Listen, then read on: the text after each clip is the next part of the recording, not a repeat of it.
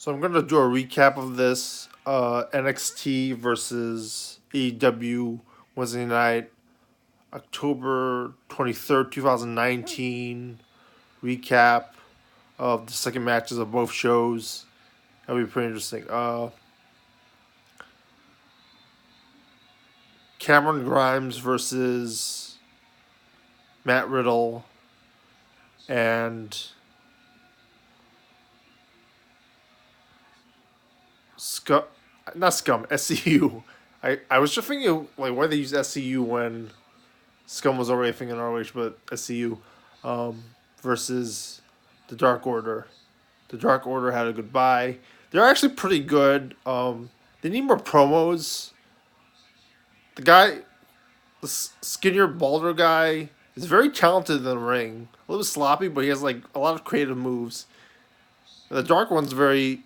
He's Pentagon. He has potential to be like a Pentagon. I'm not a big fan of not using Daniels, but it's sort of working. They're developing Scorpio Sky to be the future because Arian and Daniels have been wrestling, and that's pretty cool of them. Then Zaguri's, he doesn't. He's not as good as Too Cold Scorpio. Like everyone's talking about the comparison to Too Cold Scorpio, but Too Cold Scorpio, I don't know if it's WWE work, but his New Japan Pro Wrestling work was a lot better. I mean, it's not obviously not New Japan. It's more New Japan like in week 4 with the tags and all the tag matches, but still. They have a really cool finisher. SCU's been really developing the finisher, even with Daniels. Big, there's a lot of cool moves, but I don't know. It can't compare to Matt Riddle. Matt Riddle, who wrestled, I don't know about star power. Daniels probably has more star power, but Matt Riddle's star power is a Cameron Grimes' star power. Let's talk about that. He's an MMA star. Cain Velasquez is an MMA star. Ronda Rousey is an MMA star. Brock Lesnar is an MMA star. But only one of them is on NXT. Maybe it's the size. Maybe it's his drug problem. Maybe it's being from the UK. I mean, Cain Velasquez went to AAA.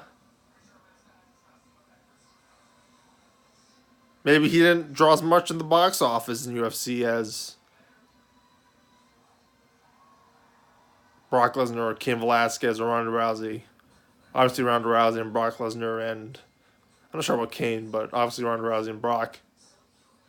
I mean, Lashley was in Bellator, and he's not main eventing, but I do question why Matt Riddle, who's so talented, maybe he's too Chris Benoit-ish in his wrestling ability, moveset, personality, etc., that he can't do that. But he's so talented, it's sort of a shame. They're just doing the same thing with Chad Gable. Maybe they have to move Chad Gable back to NXT. I like what they're doing with Chad Gable. No, I don't know. I like what they're doing with Shelton Benjamin and Brock Lesnar, the Minnesota Wrecking Crew thing. They should bring back Charlie Haas and have Chad Gable, Kurt Angle, and I was thinking this even before it happened, and that likely happened. Kurt Angle, Chad Gable, Jason Jordan, Brock, retcon out the whole something. No one's gonna remember. No one wants to remember anyway, so retcon it out.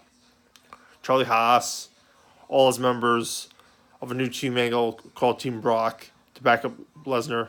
Phenomenal stable. Could beat the inner circle. I think they'll have a lot of chemistry and stuff. It'd be good work with that.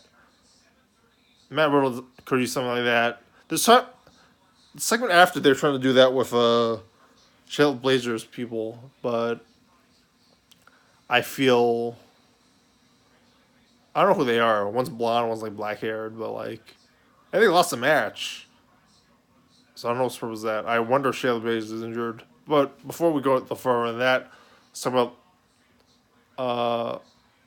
let's not talk about the match actually. Let's talk about Cameron Grimes' hype. So I was wondering if he was properly hyped for the show. I don't believe he's had a promo, but he's had 2 squash matches, a win, and then lost to Riddle. But he's looking pretty good. I think part of the reason why he left Impact was like, even though he had these great matches on Impact, like he didn't give him anything to work with. Like in NXT, he's wrestling Matt Riddle. He's wrestling the guy next on the card, Tyler Bate, after the feud with Matt Riddle. That's gonna be interesting too. So he's wrestling these phenomenal matches, high profile matches for NXT, like an Impact, where he's not really being used. He's an X Division guy. He wins the X Division belt, but it doesn't mean anything when like they don't have anyone. Like Brian Cage wasn't even there yet, so like he wasn't really getting pushed. Meanwhile, he's like main eventing like one of the top brands for like indie wrestling for WWE, the developmental brand. So that's pretty good. I don't know if that'll translate in Raw SmackDown, but it doesn't really matter. NXT's on USA anyway, so I'm sure he's perfectly fine with it. And the match he had with Matt Riddle is phenomenal. Like he went toe for toe for a guy who went against Adam Cole, and there's some lineage to that NXT belt, and that's pretty darn amazing to me. I have to get into one of the other tag belts that I have to get into.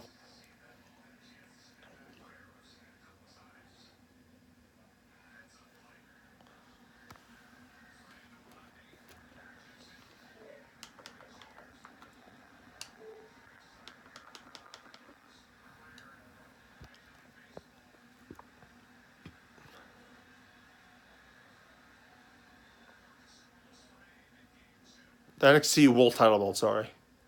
So he steps from that. He's built up a portfolio with some squash matches and a win, and a very noble loss against a guy who's main evented. And I don't think he's going to beat Tyler Bate, but that's a problem with him facing Tyler Bate next. He's not going to if he has to beat Tyler Bate to like elevate himself to the top of NXT, like where he should have been with the X division in TNA, and like how that should have made his profile look better.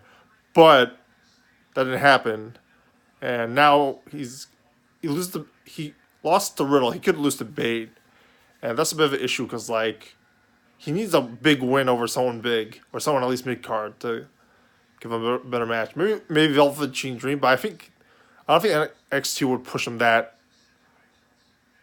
Velveteen Dream's pretty high on NXT from what I heard, so I doubt that's happening. Maybe Roderick Strong, but then Roderick Strong's too high with the Undisputed Era. I don't know where he can go to possibly get a win.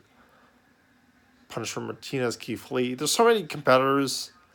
Maybe Breezango. I guess Breezango will be safe. I like Tyler Breeze's work. He's had this 5-star match in NXT, but like right now he's at the bottom of the card compared to everyone else on NXT. So I guess you start with that. The Forgotten Sons era. So he has to start with somewhere there. And the match was phenomenal. All those counters. I gotta rewatch the match and recap of that. But in terms of star power, NXT definitely won. And then match wise, they definitely won because it was so technical and amateur background-ish, and aerial, and just more star. I wouldn't say there's more star power because of Kazarian, but it felt more quality because of the match quality. Evil SCU did really phenomenal with Scorpio Sky and Kazarian. And of course, not even just both members of the Dark Order were really impressed. Broke out, but I just think that Matt Riddle is he's Zack Sabre Jr.-ish, and you can't really beat that. What are your thoughts? Like, I'm subscribe.